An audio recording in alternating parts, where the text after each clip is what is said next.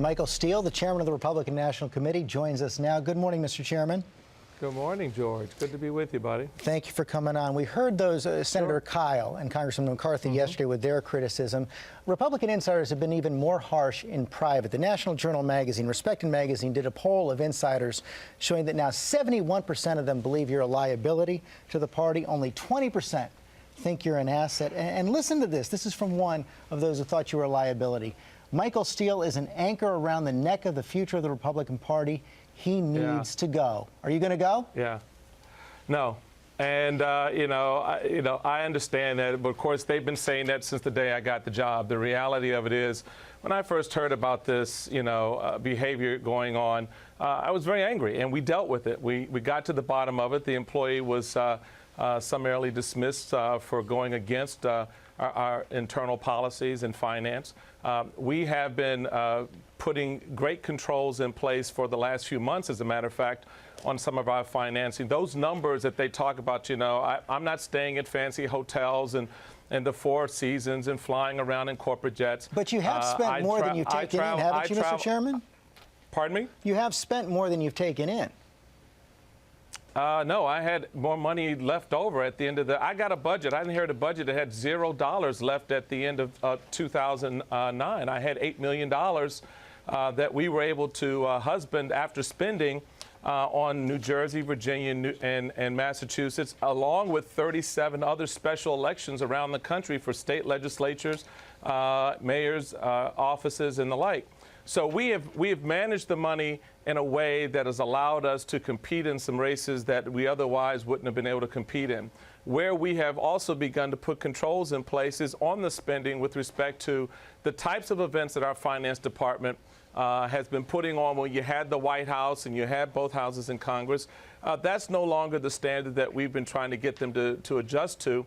A lot of our donors, our major donors, are used to a particular type of an event. We've been scaling those back.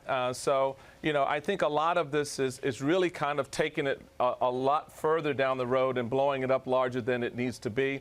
At the end of the day, I've raised more money than the Democrats in 7 out of 12 months. I carry over the same amount of money as the DNC into 2010.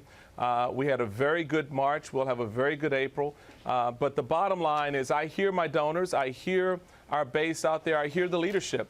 And we're taking steps to make sure that we're even more, how should we say, fiscally conservative in our spending, and certainly making sure that the dollars are there when it's time to run our campaigns.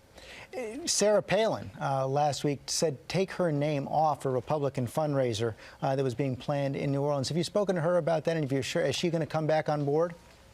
Yeah, I mean, the deal there was that there was never an agreement for Sarah to be listed in the first place. I think someone kind of jumped the gun there.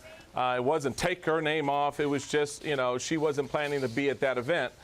So there was no need to list her there. I mean, I know a lot of people want to make more of it than there is. And, those 71% on Capitol Hill, those unnamed Republicans who don't like me, well, I understand that. But I'll continue to work hard and try to win more races to get a majority in the Congress this November, to get a majority in the Senate, win our governorships, and get us ready to be competitive in 2012 with a nominee who will beat Barack Obama. That's what this is all about at the end of the day, winning elections. We got a lot of questions on my blog for you this morning. One came in from Myron, and he asked, do you feel that as an African-American, you have a slimmer margin for error than another chairman would? The honest answer is yes. Why is that? It just is. It's that Barack Obama has a slimmer margin. A lot of folks do. I mean, it's a different role for me to play and others to play, and that's just the reality of it. I mean, but you take that as part of the nature of it. It's not. It's more because you're not someone that they know. I'm not a Washington insider, even though I grew up here in D.C. My view on politics is much more grassroots oriented. It's not old boy network oriented. And so I tend to, come at it a little bit stronger, a little bit more streetwise, if you will. That's rubbed some feathers the wrong way. At the end of the day, I'm judged by whether I win elections and I raise the money. Final question. And that's a standard I'm very comfortable with and look forward to meeting in November. Final question, Mr. Steele. Back in 1994, when the Republicans took control of Congress, they didn't only oppose President Clinton, they put out a contract for America that laid out their positive agenda. Will you be putting out a contract for America in 2010? Well, I've talked with Newt Gingrich and the House leadership and looking to work with something. I have this idea called first principles that I've talked about over the past year that hone us back to those first principles of fiscal discipline and responsibility and the like that I think can anchor us and anchor our candidates this fall. So hopefully we'll have a working document, if you will, George, that we can take to the American people that will clearly lay out who we are, what we believe, how we will lead, and why it's important to move in a new direction. And as you said this morning, you intend to be at the top of the party. Mr. Steele, thanks very much for spending some time with us today. Thank you, George.